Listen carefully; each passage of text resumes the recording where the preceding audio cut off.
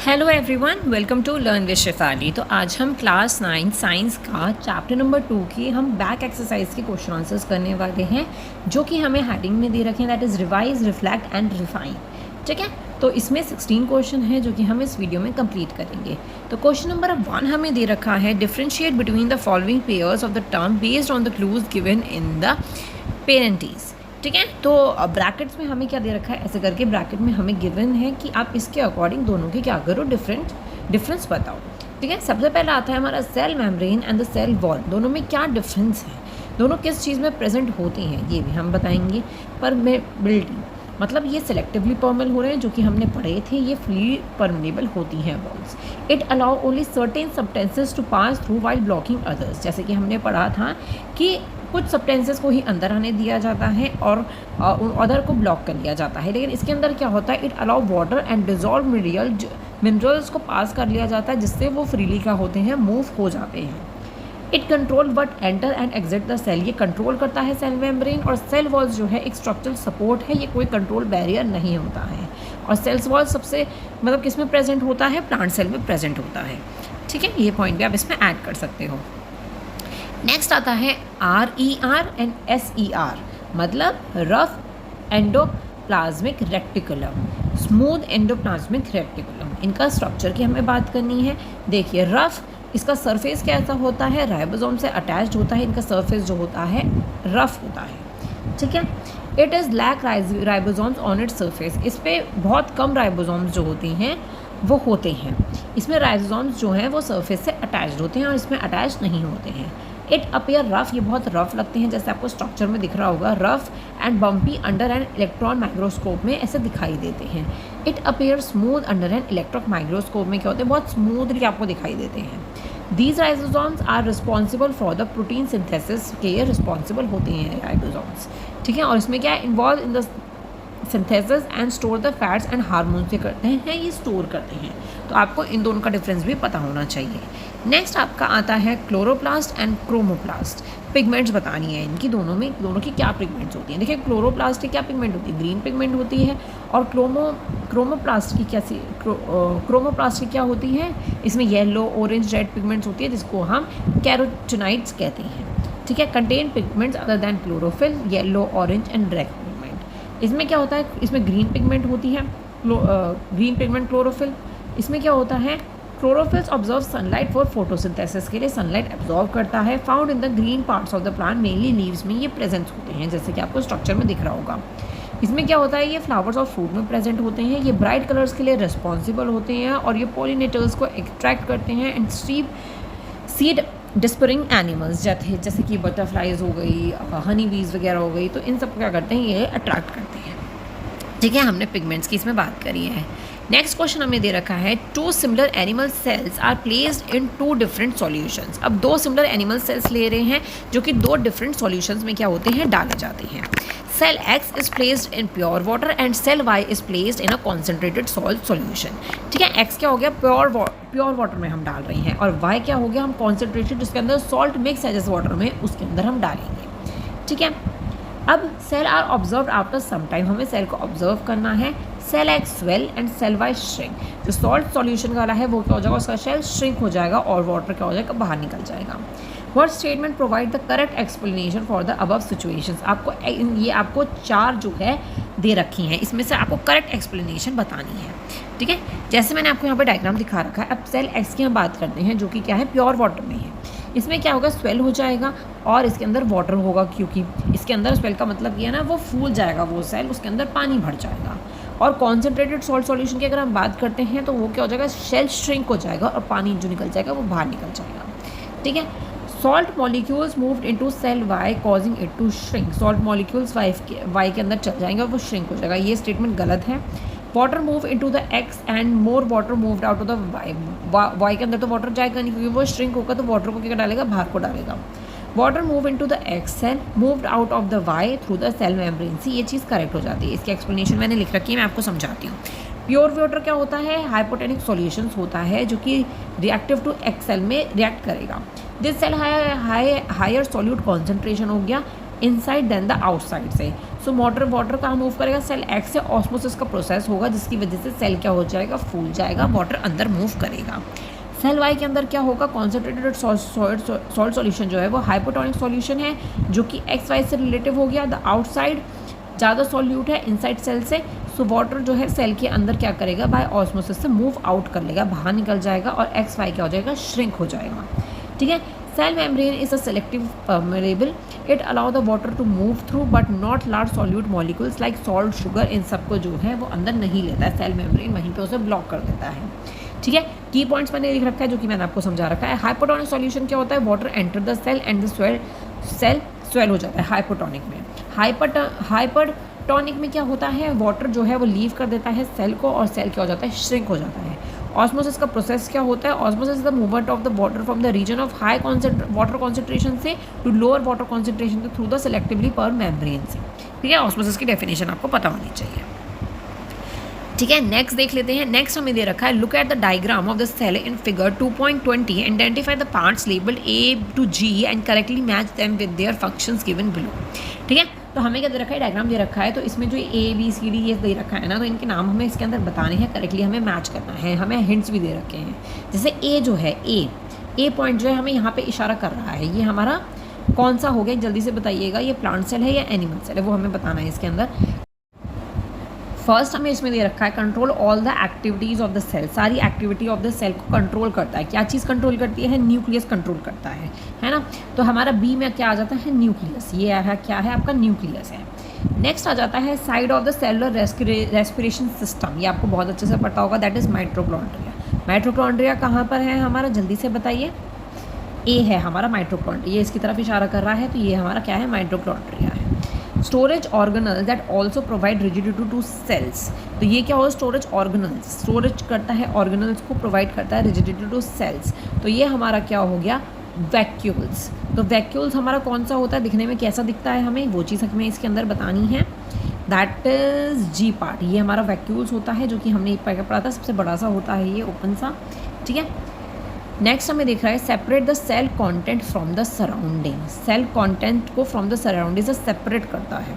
ठीक है, क्या सेपरेट करता है, सेल मेम्ब्रेन सेपरेट करता है। सेल मेम्ब्रेन कुछ चीज़ों को अंदर आने देता है, कुछ मटेरियल को, मिनरल्स को, और कुछ को अंदर नहीं आने देता है।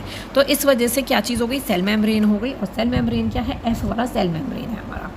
नेक्स्ट हमें दे रखा है, provide structural rigidity to cells, अभी हमने ऊपर पढ़ा था रिजिडिटी प्रोवाइड करता है, तो that means cell wall. Cell wall क्या है हमारा, सेल वॉल ई पे हमें दे रखा है, ये वाला, ये हमें क्या दे रखी है, सेल वॉल दे रखी है।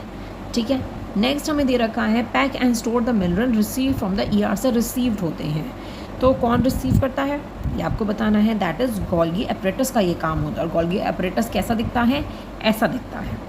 ठीक है, तो सी हमारा हो गया गोल्गी एपरेटस। नेक्स्ट हमें दे रखा है, हेल्प इन मैन्युफैक्चरिंग, फूड को मैन्युफैक्चरिंग करने में हेल्प करता है, ये क्या हो गया हमारा, क्लोरोप्लास्ट हो गया। अब क्लोरोप्लास्ट हमें कौन सा दे रखा है, एक ही बच रहा है हमारा, ये क्या हो गया हमारा, ग्रीन वाला क्लोरोप्लास्ट हो गया ये। ठीक है, आई होप आपको ये क्लियर हो गया होगा।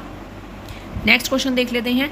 फोर्थ क्वेश्चन में दे रखा है, which of the following option of the pair of the cell organelles are correctly placed under the given criterias. ठीक है, तो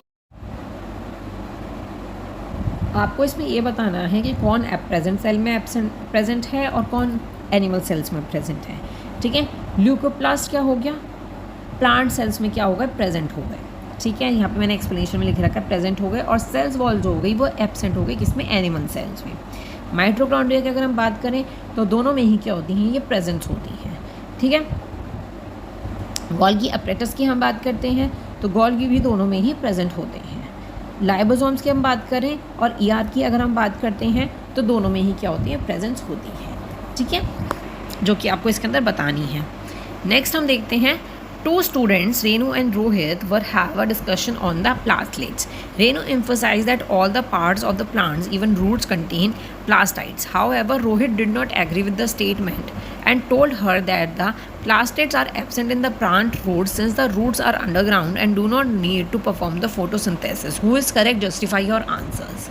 अब रेनू ने क्या बोला कि प्लास्टिड्स जो हैं वो सारे ही प्लांट्स में क्या होते हैं, प्रेजेंट होते हैं, इवन रूट पे भी प्रेजेंट होते हैं। लेकिन प्लास्टिसाइड्स जो हैं, रोहित ने बोला कि रूट्स में एब्सेंट होते हैं क्योंकि जब वो अंडरग्राउंड होते हैं उन्हें फोटोसिंथेसिस की ज़रूरत नहीं होती। इसका एक्सप्लेनेशन हमें देना है। देखिए, पार्शली जो है वो रोहित भी करेक्ट है, लेकिन रेनू ज़्यादा करेक्ट है।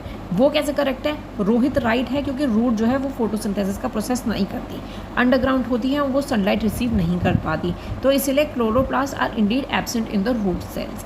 लेकिन रेनू करेक्ट है इस बात को लेकर कि प्लास्टिड्स जो है वो रूट में प्रेजेंट होती है, जस्ट नॉट क्लोरोप्लास्ट में रूट्स कंटेन ल्यूकोप्लास्ट होती है, जो कि कलरलेस प्लास्टाइड्स होते हैं, जो कि फूड मटेरियल्स को स्टोर करते हैं, जैसे स्टार्च, ऑयल, प्रोटीन। इसका सबसे बेस्ट एग्जांपल क्या हो गया? जो आपके आलू हो गए, that is potato. Leucoplast do not need light to functions के लिए उसे ज़रूरत नहीं होती, उसका जॉब जो होता है वो स्टोर करने का होता है, फूड सिंथेसिस करने का प्रोसेस उसका मोटिव नहीं होता है। तो इसी वजह से दोनों ही थोड़े थोड़े करेक्ट हैं। टाइप ऑफ प्लास्टिड्स की हम बात करते हैं। क्लोरोप्लास्ट डू फोटोसिंथेसिस करता है, जो कि प्लांट लीव्स में और ग्रीन पार्ट्स में प्रेजेंट होते हैं, जैसे लीव्स वगैरह में। क्लोरोप्लास्ट की बात करते हैं, जो कि कलर होते हैं, जो कि फ्रूट्स और फ्लावर को कर देते हैं, कलर देते हैं। और ल्यूकोप्लास्ट क्या हो गया? जो फूड मटेरियल को स्टोर करते हैं, जैसे स्टार्च, ऑयल, प्रोटीन, ठीक है, रूट्स, सीड्स में इनमें प्रेजेंट होते हैं। सो की पॉइंट क्या हो गया? That plastid are not limited to chloroplast तक ही लिमिटेड नहीं होते हैं। रेनू की बॉर्डर स्टेटमेंट यही थी, all parts of the plant including roots do contain plastid, just not the same type के नहीं इंक्लूड होते हैं उसके अंदर। ठीक है, तो आपको ये चीज़ याद रखनी है कि प्लास्टाइड्स जो हैं वो ल्यूकोप्लास्ट के थ्रू जो है वो रूट्स में प्रेजेंट होती हैं, ठीक है, और किसी फॉर्म में वो प्रेजेंट नहीं होती। तो इसीलिए आप बोल सकते हैं कि रेनू जो है वो करेक्ट है इसके अंदर। ठीक है, आपको ये एक्सप्लेनेशन इसकी पता होनी चाहिए। नेक्स्ट हम देते हैं mitochondria and chloroplast are two important organelles in the plant cell. Discussed how these two organelles are structure and the functional similar to each other and different from each other. अब mitochondria और chloroplast जो है two important organelles है plant cells के अंदर। हमें उन two organelles को स्ट्रक्चरली और फंक्शनली सिमिलर बताना है कि वो कैसे सिमिलर हैं और कैसे डिफरेंट है एक दूसरे से। तो सिमिलैरिटीज़ और डिफरेंस हमें बताने हैं। तो सिमिलैरिटीज़ हम देखते हैं। फीचर्स माइक्रोकॉन्ड्रिया और क्लोरोप्लास्ट, ठीक है। तो इसके सिमिलैरिटीज़ क्या हो गई? Numbers of membrane, double membrane bond होता है, और इसमें भी क्या होता है? डबल मेम्ब्रेन बॉन्ड होता है। ओन डीएनए होता है, हाँ दोनों के पास ओन डीएनए होता है। ओन राइबोसोम दोनों के पास ही होते हैं। Can make some protein, some own proteins, yes. Semi fluid interior, yes. इसका मैट्रिक्स होता है, इसका स्ट्रोमा होती है। तो ये तो सिमिलैरिटीज़ हो गई, ठीक है। तो डिफरेंस की अगर हम बात करते हैं तो डिफरेंस क्या क्या है इसमें? फंक्शंस जो होते हैं, इसका सेलुलर रेस्पिरेशन का फंक्शन होता है और इसका फोटोसिंथेसिस का फंक्शन होता है। Use sunlight to make the glucose बनाने के लिए, और ये क्या करता है? ब्रेक डाउन ग्लूकोज करता है जिससे एनर्जी रिलीज़ हो। एनर्जी का डायरेक्शन क्या है? रिलीज़ करता है एनर्जी, और ये एनर्जी स्टोर करता है। प्रेजेंट इन माइक्रोकॉन्ड्रिया दोनों में ही प्रेजेंट होते हैं, लेकिन क्लोरोप्लास्ट सिर्फ प्लांट में ही, क्योंकि फोटोसिंथेसिस का प्रोसेस करता है तो प्लांट सेल्स ही तो करेंगे। पिगमेंट की बात करते हैं तो इसकी कोई पिगमेंट नहीं होती, लेकिन इसकी ग्रीन क्लोरोफिल्स कंटेन करता है ये। इनर मेम्ब्रेन की बात करते हैं तो फोल्डेड एंड क्रिस्टिया, इसका डिस्क शेप स्ट्रक्चर होता है जो कि क्लोरोफिल स्ट्रोमा में स्टोर होता है। रिच मटेरियल यूज़ किया जाता है, that is glucose plus oxygen, CO2 plus water plus sunlight. ये तो आपको बहुत ईजिली पता हो गई। प्रोडक्ट जो क्या है निकल के आता है? एनर्जी रिलीज़ करता है, O2 प्लस वाटर, इसमें ग्लूकोज प्लस ऑक्सीजन, ठीक है। तो ये डिफरेंस होगा जो कि आपको इसके अंदर पढ़ना है। मैं यहाँ पे दोनों के डायग्राम दे रखे हैं, आप दोनों के डायग्राम के थ्रू भी आप डिफरेंस बता सकते हैं, ठीक है। इसका क्या हो गया? आउटर मेम्ब्रेन होता है, इनर मेम्ब्रेन होता है, क्रिस्टेलर होता है बीच में, और मैट्रिक्स भी होता है। माइटोकॉन्ड्रिया काम का क्या होता है? फूड को बर्न करता है, एनर्जी को रिलीज़ करता है। और क्लोरोप्लास्ट क्या होता है? सनलाइट यूज़ करता है जिससे कि फूड को बना सकते हैं। इसके पास भी आउटर मेम्ब्रेन, इनर मेम्ब्रेन होता है, लेकिन इसके अंदर क्या हो गया? ग्रेन्यूम होते हैं, ठीक है, स्ट्रोमा होता है जो कि इसमें गिवन है, ठीक है। दोनों के काम अलग होते हैं। Both mitochondria and chloroplast have their own DNA and ribosomes which suggest they share an evolutional history with the ancient bacterias के साथ वो एक एशियंट हिस्ट्री जो है वो शेयर करते हैं। They were absorbed into the early eukaryotic cells में एब्जॉर्ब किए जाते हैं ये, ठीक है। तो मैंने आपको हर तरीके से इसकी सिमिलैरिटीज़ एंड डिफरेंस के बारे में बता रखा है। अगर ऐसा कोई क्वेश्चन आता है ना तो दोनों के डायग्राम्स भी शो करिएगा, जिससे डिफरेंस आप डायग्राम के थ्रू भी बता सकते हैं, ठीक है। 7th हमें दे रखा है which of the following pairs of the cells organelles contain DNA, जो कि डीएनए कंटेन करते हैं। तो कौन से हैं? Chloroplast and ribosomes, mitochondria nucleus, Golgi bodies, ribosomes nucleus. देखिए सेकंड ऑप्शन इसका करेक्ट है। क्यों करेक्ट है? क्यों? न्यूक्लियस कंटेन क्रोमोसोम्स कंटेन करता है जो कि किससे बने होते हैं? डीएनए से बने होते हैं। माइटोकॉन्ड्रिया के पास अपने डीएनए होते हैं, क्योंकि हमने अभी ऊपर पढ़ा है, that is circular but like bacterial DNA. Chloroplasts have their own DNA, but the options is not is the choice. Ribosomes do not contain DNA, they contain RNA and proteins को contain करता है. Golgi bodies and ribosomes उनका कोई DNA होता ही नहीं है. ठीक है, तो मैंने एक एक चीज़ की एक्सप्लेनेशन में बता दिया. तो न्यूक्लियस और माइटोकॉन्ड्रिया ये आपका करेक्ट है इसके अंदर. नेक्स्ट देख लेते हैं 8th question. Our researchers carried out an experiment in which she took 2 carrots of the similar size. She placed 1 carrot in the plain water and other carrot in a concentrated salt solution. After 24 hours, she recorded her observation. तो 24 our के बाद उन्होंने अपनी observation वही हो गया कि carat को एक में तो प्लेन वाटर में डाल दिया और एक ने सॉल्ट सॉल्यूशन में डाल दिया. ठीक है, इसमें हाइपोटोनिक सॉल्यूशन होगी, इसमें हाइपर. अभी सेम क्वेश्चन हमने पहले पीछे भी करा पोटैटो के साथ. तो इसमें क्वेश्चन हमें क्या दे रखा है, what hypothesis does she went to test through this experiment. से क्या हाइपोथेसिस वो करने वाला है. Osmosis, of course osmosis causes water movement across cell membrane. Cell gain water in the dilute solution and lose water in the concentrated solution. What would you suggest the improvement of this experiment. तो मैंने hypothesis आपको बताया, इसमें osmosis का process वो कर रहा है. इम्प्रूवमेंट क्या होगा, use of carrot pieces of the equal size and shape. इस चीज़ की आप इम्प्रूवमेंट करिएगा कि इक्वल साइज़ और इक्वल वेट के ही आप कैरेट के पीसेस लिए, उनका इनिशियल और फाइनल मास और लेंथ जो है वो मेज़र कीजिए. टाइम और टेम्परेचर जो है उनका कांस्टेंट रखिए और एक्यूरेसी को रिपीट करते रहिए. ठीक है, तो आपको उसका रिजल्ट पता चलेगा कि कौन श्रिंक हो रहा है, कौन स्वेल हो रहा है. ठीक है, कैरेट इन प्लेन वाटर में हाइपोटोनिक सॉल्यूशन हो रहा है. Plain water has a lower solute concentration than inside the carrot cell. By osmosis water move into the cell. Cell become turgid, मतलब फर्म और फुल ऑफ वाटर से carrot भर जाएगी. Carat से स्टिफ एंड क्रंची हो जाएगी वो. ठीक है, और कैरेट की अगर हम कॉन्सेंट्रेटेड सॉल्यूशन की अगर हम बात करते हैं तो वो हायर कॉन्सेंट्रेटेड सॉल्यूट को इनसाइड द सेल में, तो वाटर जो है वो मूव आउट हो जाएगा. सेल जो है वाटर लूज़ करेगा और बहुत ही ज़्यादा लिम्स और सॉफ्ट हो जाएगा. ठीक है, the carat becomes rabi and Limcee हो जाएगा. ठीक है, तो ये डिफरेंस आपको इसमें बता देना है. आपको जितना पता है आप उतना लिख डालो क्वेश्चन में, क्योंकि ये लॉन्ग क्वेश्चंस हो जाते हैं. And indicate the presence and the absence of the following structure in the bacterial and the animal functions. तो आपको दोनों की प्रेजेंस और एब्सेंस को क्या करना है, स्ट्रक्चर के अकॉर्डिंग आपको बताना है बैक्टीरियल और एनिमल सेल्स में. तो स्ट्रक्चर की हम बात करते हैं क्रोमोसोम्स, जो कि बैक्टीरियल सेल्स में क्या होता है, एब्सेंट होते हैं, और एनिमल सेल्स में क्या होता है, प्रेजेंट होते हैं. न्यूक्लियस बैक्टीरियल सेल्स में एब्सेंट होते हैं क्योंकि न्यूक्लियर मेम्ब्रेन नहीं होता है. ठीक है, एनिमल सेल्स में क्या होते हैं, प्रेजेंट होते हैं. माइटोकॉन्ड्रिया एब्सेंट होता है बैक्टीरियल सेल्स में और एनिमल सेल्स में प्रेजेंट होते हैं. मैंने वे डायग्राम बना रखी हैं, आप भी बना सकते हैं एग्जाम्स में. गोल्गी कॉम्प्लेक्स बैक्टीरियल सेल्स में एब्सेंट होते हैं और एनिमल सेल्स में प्रेजेंट होते हैं. क्रोमोप्लास्ट दोनों में ही क्या होते हैं, एब्सेंट होते हैं. तो chromoplast are the platelets present only in the plant cell and absent in the bacteria and the animal cells. ठीक है, इन दोनों में एब्सेंस होते हैं, सिर्फ प्लांट सेल में ही क्या होते हैं, प्रेजेंट होते हैं. ठीक है, जो कि मैंने आपको इसमें ऐसा बता दिया है. बहुत आसान क्वेश्चन है कुछ कुछ, और बहुत मुश्किल भी क्वेश्चन है इसके अंदर. अब हम पोटैटो के साथ करने वाले हैं experiment. Take 4 peeled potato havels and scoop each one out to make the potato cup. One of these potato cups should be made from the boiled potato.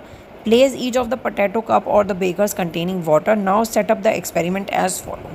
अब आपको क्या करने हैं, 4 पोटैटो के पीसेस लेने हैं, इक्वली काट दो. लेकिन ये पोटैटो कौन से होने चाहिए, बॉइल्ड पोटैटो होने चाहिए. ठीक है, अब बॉइल्ड पोटैटो में क्या होने वाला है, उसका एक क्या बनाओ, ऊपर की अंदर से आलू निकाल लो और उसकी खाली पोटैटो कप्स बना लो उसके. ठीक है, आप पहले कप में क्या करना है, आपको एम्प्टी रखना है. ठीक है, पानी डाल के रखना है बस. नेक्स्ट में क्या करना है, 1 टेबलस्पून शुगर डाल देनी है. अगले में क्या करना है, सॉल्ट डालना है. और उससे अगले में क्या डालना है, sugar in the boiled potato in cup D. ठीक है, डी क्या होगा, बॉइल्ड होगा खाली. ठीक है, इसमें मैंने ये समझा कि 1 of these potato cups should be made from the boiled potato. D में क्या है, शुगर डाल के बॉइल्ड पोटैटो में होगा. और ये वाले जो 3 होंगे ना, ये 3 बॉइल्ड पोटैटो के नहीं होंगे. ठीक है, तो अब क्या चीज़ हो रही है इसके अंदर, water moves by osmosis from the beaker dilute solution into potato cup through the potato cells. तो वही ऑस्मोसिस का प्रोसेस होगा. आफ्टर 2 घंटे बाद क्या हम देखेंगे, पोटैटो ए में नो वाटर कलेक्टेड, कोई भी वाटर कलेक्ट नहीं हुआ है. पोटैटो 2 में देखेंगे, मतलब कप बी में देखेंगे, वाटर जो है कलेक्ट हो गया हॉलो पोजीशन में. कप 3 में देखेंगे, वाटर कलेक्ट हो गया हॉलो पोजीशन में. और कप डी में देखेंगे कि कोई भी वाटर कलेक्ट नहीं हुआ क्योंकि वो ऑलरेडी बॉइल्ड पोटैटो था. ठीक है, इनके कप्स में हमने एक में शुगर डाली थी, इसमें भी शुगर, इसमें सॉल्ट डाला था, इसमें शुगर डाली थी. तो उसमें क्या हुआ, इन दोनों में तो वाटर कलेक्ट हुआ, इसमें कोई वाटर कलेक्ट नहीं हुआ, एम्प्टी रह गया. और इसके अंदर क्या हो गया कि कोई भी वाटर कलेक्ट नहीं क्योंकि वो बॉइल्ड पोटैटो था. अब इसके क्वेश्चन जो हमें दे रखे हैं उससे हमें क्लियर होगा कि क्या हो रहा है इसके अंदर। Explain why the water gather into the hollowed position of cup B and C. Water क्यों इकट्ठा हुआ कप बी में और कप सी में, ये आपको बताना है। Sugar solution in the cup C and salt solution in cup C B or C create a hypotonic environment inside the potato cup received to the water in the surrounding bakers. Since the potato wall are made up of cells, which is selectively permeable membrane, water from the outside may move into the hollow position by osmosis from the region of high solute concentration to the higher solute concentration. This is why the water gathered into the cup B and C. तो वही hypotonic solution इसके अंदर हो गया कि environment में क्या हुआ, water present था और अंदर क्या present था, sugar या salt present था, ठीक है। तो जिसकी वजह से क्या हुआ, लोअर कॉन्सेंट्रेशन से हायर कॉन्सेंट्रेशन की वजह, इसी वजह से वो गैदर हुआ वाटर, ठीक है। कप ए की बात करते हैं, it is necessary for this experiment. Cup A क्या था, कंट्रोल था इस एक्सपेरिमेंट का, क्योंकि इसके अंदर कोई भी सॉल्यूट जो है वो डाला नहीं गया था, तो इसी वजह से कोई भी जो है ऑस्मोसिस का प्रोसेस इसके अंदर नहीं हुआ। Explain why water does not gather in the hollowed portion cup A and B में नहीं हुआ। कप सी ए क्या था, एम्प्टी था, तो कोई भी सॉल्यूट उसके अंदर प्रेजेंट नहीं था, तो डिफरेंस ए जो कप ए था और उसके सराउंडिंग वाटर था उसमें डिफरेंस था, तो इसी वजह से कोई भी ऑस्मोसिस प्रोसेस नहीं हुआ। कप डी की अगर हम बात करते हैं, शुगर था बॉइल्ड पोटैटो में, तो बॉइल्ड था, इसकी वजह से बॉइलिंग जो है वो किल कर देते हैं सेल को, सेल मेम्ब्रेन को डिस्ट्रॉय कर देते हैं, तो इसी वजह से डेड और डैमेज मेम्ब्रेन जो है उसके अंदर कुछ भी नहीं हुआ, इसीलिए कोई भी वाटर जो है कंट्रोल नहीं कर पाया, ठीक है। नेक्स्ट क्वेश्चन हम देख लेते हैं। नेक्स्ट क्वेश्चन में 11 क्वेश्चन दे रखा है। Identify the pairs that incorrectly matches the cell organelles with its functions. तो हमें आइडेंटिफाई करने पेयर को जो कि इनकरेक्टली मैच किए गए हैं सेल ऑर्गेनल उनके फंक्शंस के साथ, ठीक है। तो सबसे पहले हमें देखा है ribosomes protein synthesis, SER lipid and glucose synthesis, lysosomes rejection of the foreign agents. तो इसमें सेकंड ऑप्शन जो है वो इनकरेक्ट है, SER that is smooth endoplasmic reticulum, जो कि लिक्विड और सेलुलर सिंथेसिस, ये इनकरेक्ट है, ठीक है। इनकरेक्ट क्यों है, क्योंकि इसका काम क्या होता है, lipid and hormones not a glucose. Glucose is the component of the cell wall not made up of the SER से बना हुआ नहीं होता, इसका काम होता है लिपिड्स और हार्मोन्स को सिंथेसिस करना, ठीक है। आप देख सकते हैं मैंने यहाँ पे डायग्राम भी बना रखा है।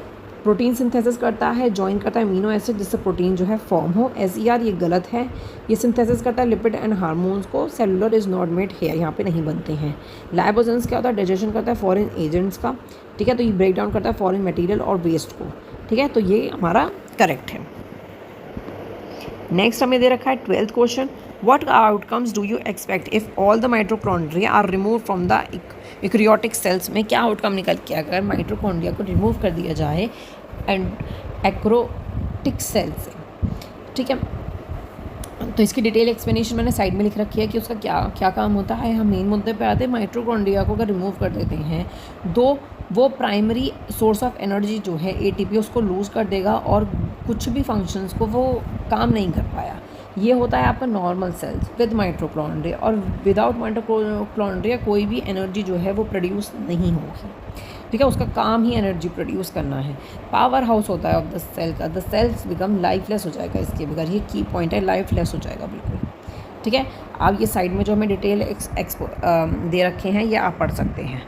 नेक्स्ट क्वेश्चन हम देख लेते हैं, which phenomena inhibit the formation of tumour in the human body, can plants also develop tumours, explain.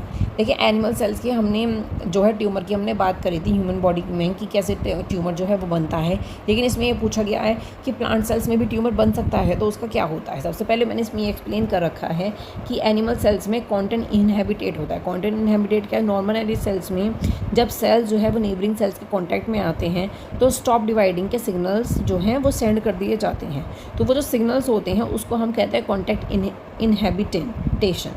तो वो क्या करते हैं, वो डिवाइड होने लग जाते हैं। अगर अनकंट्रोलली वो डिवाइड होने लग जाते हैं, वो सिग्नल्स उन तक नहीं पहुंच पाता, ठीक है, तो इस वजह से फॉर्मेशन हो जाता है किसका, ट्यूमर का, ठीक है। जब कैंसर सेल जो है अपना कंट्रोल लूज़ कर देते हैं, वो रिस्पॉन्ड नहीं कर पाते सिग्नल्स को, अनकंट्रोलली डिवाइड होते रहते, तो वो एक दिन ट्यूमर बन जाते हैं, ठीक है। ये मैंने डायग्राम के थ्रू भी लिख रखा है, आप देख सकते हैं। अब प्लांट्स की अगर हम बात करते हैं तो ये बहुत डिफरेंट वे में प्लांट सेल के अंदर ट्यूमर आता है। वो कैसे, रिजिड होती है सेल वॉल्स, वो कोई भी कॉन्टैक्ट इनहेबिटेंट को दिखाती है नहीं, लेकिन वो डिफरेंट पैटर्न्स ऑफ ग्रोथ जो है वो फॉलो करती हैं। तो इस वजह से अब नॉर्मल ग्रोथ होगी प्लांट्स की, तो ट्यूमर लाइक मास जो है लीव्स, स्टीम्स और रूट्स में आ जाता है, जिसको हम कहते हैं गेल। ठीक है, तो एनिमल सेल से वो डिफरेंट क्यों होता है? प्लांट सेल्स के पास सेल वॉल्स होती हैं जो कि बिल्कुल भी मूव करती हैं, तो इसी वजह से प्लांट ट्यूमर्स जो हैं वो स्प्रेड नहीं होते हैं पूरे। एनिमल्स कैंसर जो हैं वो स्प्रेड हो जाते हैं, ये वो लोकलाइज्ड रहते हैं। प्लांट सेल्स जो हैं वो लेस डेंजरस होते हैं दैन द एनिमल सेल्स हैं। ठीक है, तो इसी वजह से वो मूव नहीं हो पाते, ये उनका प्लस पॉइंट है। इन शॉर्ट में अगर आप बोलते हैं दोनों में ही, in animal content inhibitant stop extra division stop करता है और प्रिवेंट करता है ट्यूमर को, जो कि less control leads to cancer तक पहुंच सकता है। प्लांट्स में क्या होता है, कोई भी कॉन्टैक्ट इनहेबिटेंट नहीं होता है, तो ट्यूमर लाइक ग्रोथ होती है जो कि बहुत लोकलाइज्ड होती है, एक तरफ रहते हैं प्लांट्स, कभी भी मूव नहीं करते हैं। ठीक है, तो ये चीज़ आपको इसमें पता होना चाहिए, ये इंपॉर्टेंट क्वेश्चन था। 14th क्वेश्चन की अगर हम बात करते हैं, the cell membrane of the cells is made up of protein and lymph से बनी होती है cell membrane. Which cell organelles help in the synthesis of cell membrane? Write the path of these components from their site of synthesis to the cell membrane and show this through a label diagram से हमें show करना है। ठीक है, तो इसमें हमें क्या हो गया, ऑर्गेनल्स कौन कौन से इसके अंदर इन्वॉल्व हैं? देखिए, ribosomes, rough ER, smooth ER and Golgi apparatus. ठीक है, ये सब होती हैं जो कि फुल पाथ जो बनाती है सेल मेम्ब्रेन का। जैसे मैंने यहाँ पे लिख रखा है ना, राइबोसोम्स, रफ, स्मूथ, और फिर वो वेसल्स तक जाते हैं, फिर बाहर क्या आ जाता है, सेल मेम्ब्रेन आ जाता है। तो पाथ क्या होगा, राइबोसोम्स जो है सिंथेसिस करते हैं प्रोटीन फिर आर में एंटर करता है, इनिशियल प्रोसेसिंग शुरू होती है। आर से वो गोल्गी अपरेटस तक जाता है, जो कि ट्रांसपोर्ट वेसल्स तक जाएगा, further modification, sorting and packaging करेगा, गोल्गी पैकेज करेगा वेसल्स में और फिर ट्रेवल करेगा सेल मेम्ब्रेन तक। ठीक है, तो ये पूरा पाथ है, और लिपिड्स का भी मैंने पूरा पाथ लिख रखा है। स्मूथ ईआर से जाएगा वो सीधा सेल मेम्ब्रेन तक। ठीक है, तो फुल पाथ आप इसके अंदर देख सकते हैं, अच्छे से आप लर्न कर लीजिएगा इसको। नेक्स्ट हमें दे रखा है, what would happen if the gametes are formed by the mitotic divisions? ठीक है, normal mitosis if the genetics are form by mitosis. अब माइटोसिस में क्या होता है, अब इसके अंदर क्या होता है, देखिए मैं बताती हूँ। माइटोसिस डिवीजन से क्या होगा, खाली नॉर्मल नंबर ऑफ क्रोमोसोम्स जो हैं वो प्रेजेंट होंगे। When the sperm and the egg join both having full 2n, the zygotic have a double number that is 4n। वो क्या होता है, माइटोसिस और माइटोसिस का बोला गया है। Each generation will have double the chromosomes of the previous one, से वो डबल कर लेते हैं। After few generation chromosome number will become the large that the cells can not function, नहीं कर पाते हैं cells. The organism will not be able to receive normally, organism जो है वो नॉर्मली सर्वाइव नहीं कर पाते हैं। The entire species will eventually become non visual. ठीक है, also all the offsprings will be genetically identical होते हैं। माइटोसिस जो है वो जेनेटिकली आइडेंटिकल सेल्स बनाता है। ठीक है, तो इसमें मैंने यहाँ पे मुझे माइटोसिस लिखना था और यहाँ पे हमें मुझे माइटोसिस लिखना था, तो मैंने यहाँ पे डबल कर दिया, तो आप इसमें PDF में करेक्ट कर लीजिएगा अपना। ठीक है, नेक्स्ट देखते हैं 16th क्वेश्चन। बहुत बड़ा क्वेश्चन है लेकिन ये एक्सपेरिमेंट है। A farmer Deepa was very happy with the harvest of amla and the lemons on her farm में उन्होंने क्या लगाया, दीपा ने, उन्होंने आमला लगाया और लेमन लगाया। However she could sell only 1/4 of the produce in the local market. उसका पूरा जितना वो प्रोड्यूस करती है उसका 1/4 ही वो क्या करती है, बेचती है। Recognizing that a sufficient amount of produce may be lost post-harvest, she employed a traditional yet scientifically sound method to extend the shelf life of the amlas and the lemon। उनकी लाइफ को extend करने के लिए उन्होंने क्या चीज़ की, she turned vegetables produce into a profitable products. उसने क्या करा, पिक्सल और शरबत किसका, आंवला का शरबत, और पिक्सल मतलब अचार बनाना उन्होंने शुरू किया। She use the excess produce to prepare pickles, murabbas and the sharbat by adding appropriate amount of salt, sugar and jaggery to the small pieces to the fruit and their juices. तो उन्होंने अचार, मुरब्बा और शरबत को बनाया, उन्होंने उसमें सॉल्ट, शुगर और जेगरी का स्मॉल अमाउंट फ्रूट्स और जूसेस को यूज़ किया उन्होंने। There were than stored in the small glass containers for sale के लिए उन्होंने ग्लास कंटेनर में उसे स्टोर किया जिससे उसकी वेस्टेज ना हो। This shift from farming to the agro processing would strengthen food security and boost the local economy को बूस्ट करता है। Create a sustainable model that create waste while increasing her income को भी इंक्रीज़ करता है। Based on the above passage answer the following question. तो आपको समझ आ गया होगा, वो बेचती भी थी लेमन और आंवला को, और उसने एग्रो प्रोसेसिंग जो है उसने इनकम अपनी उसकी उसने अपनी इनकम भी बढ़ाई और ये काम भी उसने शुरू करा। तो इससे रिलेटेड क्या क्वेश्चन हमें दे रखा है, which scientifically concept has a farmer applied in the preservation of the farmers farm produce.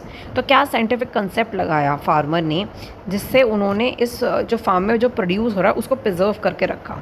ठीक है, ऐसा क्या चीज़ करी? Farmer Deepa has applied the concept of osmosis to preserve the produce जो उसने प्रोड्यूस किया उसको प्रिजर्व करने के लिए उसने ऑस्मोसिस का प्रोसेस लगाया। उसने क्या करा, high concentration of salt sugar and jaggery to the fruit, उसने ये चीज़ें ऐड करी। उसने हाइपोटोनिक एनवायरनमेंट क्रिएट किया जिससे माइक्रो ऑर्गेनिज्म मतलब बैक्टीरिया और फंगस जो है वो स्पॉइल हो जाए, ख़राब ना हो चीज़। Water moved out of the microwave cell by the, उसने क्या करा, ऑस्मोसिस की प्रोसेस से वाटर को उसमें से बाहर निकल दिया, कॉजिंग देम टू श्रिंक, जिससे वो श्रिंक हो गए और वो मर गए। This process the food for spoiling, इससे क्या हुआ, फूड जो है वो ख़राब नहीं हुआ क्योंकि उसमें सॉल्ट और शुगर का क्या हो गया, मिक्स हो गया उसके अंदर। How does the addition of the high concentration of sugar and salt create an environment that prevent the growth of the sporage containing causing bacteria and fungus? तो उसने क्या एटमॉस्फेयर बना, उसने hypotonic relative to the microbial cells का बनाया। उसने by process से क्या करा, वाटर को मूव्ड आउट कर दिया बैक्टीरिया एंड फंगल सेल से into the surrounding concentrated solution. Micro organism ने वाटर को लूज किया, सेल श्रिंक हो गए और जिससे उसकी ग्रोथ और मल्टीप्लिकेशन रुक गई। Without active microbials growth food does not, food ख़राब नहीं हो सकता था जिससे वो नई बन सकते थे। तो पिकल्स, जैम, मुरब्बा, उसने ये सब चीज़ें बनाए, इसमें शुगर और सॉल्ट का मिक्स किया और लॉन्ग सेल्फ लाइफ उनकी कर दी। ठीक है, नेक्स्ट क्वेश्चन में दे रखा है, suggest a healthy recipe of this kind for the food preservation के लिए आप कोई हेल्दी रेसिपी इसमें लिख सकते हैं। आंवला मुरब्बा, उसको क्या करना है, पहले उसको वॉश करना है, फिर उसको अच्छे से फिर उसको बॉईल वगैरह करना है, स्मूथ करने के लिए कट करके प्रिपेयर शुगर सिरप को प्रिपेयर करना है। इक्वल वेट ऑफ शुगर और आंवला का डालना है, उसमें आंवला ऐड करना है टू द सिरप में। स्मॉल अमाउंट ऑफ सैफरन और कार्डम्स डालने हैं इसमें। कुक करना है उसको सिरप जब तक थिकनेस ना हो जाए उसका, फिर उसको स्टोर करके रख देना है। High sugar concentration preserve amla for the month and retain its vitamin C content. ठीक है, what are the scientific values address in this case. तो क्या scientific values, application of the scientific knowledge का उसने यूज़ किया, ऑस्मोसिस का process लगाया। Sustainability, post harvest waste जो है, सेल्फ लाइफ ऑफ प्रोड्यूस उसने कर दिया। इनोवेशन में क्या हुआ, उसने बहुत सारे वैल्यू एडेड प्रोडक्ट्स, पिकल्स, शरबत, मुरावरा, ये सब चीज़ क्या इनोवेशन की। इकोनॉमिक वैल्यू बनी जिससे फार्मर की इकनॉम बनी और इनकम बनी और लोकल इकनॉमी जो है वो बूस्ट की। फूड सिक्योरिटी की हम बात करें, उन्होंने न्यूट्रिशन को, food availability for the long period के लिए उन्होंने फूड सिक्योरिटी उसकी बढ़ाई। ट्रेडिशनल नॉलेज, उन्होंने scientific validation of traditional methods उन्होंने यूज़ किया जो कि जनरेशन टू जनरेशन चलते रहेंगे। सिंपल वर्ड्स में बोला जाए इन शॉर्ट में, तो उन्होंने ऐड और शुगर को ऐड किया, वाटर जो है वो निकल गया ऑस्मोसिस की प्रोसेस से और जिससे माइक्रोबीज जो होते हैं वो श्रिंक और मर गए वो, जिससे फूड जो है सेफ रहा, फ्रेश रहा, लॉन्ग लाइफ तक, लॉन्ग सेल्फ लाइफ तक। ठीक है, तो यहाँ पर ये क्वेश्चन आंसर्स जो हैं फिनिश होते हैं 16 के 16। नेक्स्ट वीडियो में हम कौन से चैप्टर पढ़ें ये मुझे आप कमेंट सेक्शन में ज़रूर बता दीजिएगा। मिलते हैं नेक्स्ट वीडियो में। इसकी PDF चाहिए तो आप टेलीग्राम और इंस्टाग्राम पे मुझे फॉलो कर सकते हैं, मैं दोनों पे ही इसकी PDF अपलोड कर दूँगी। Thank you so much for watching, bye bye.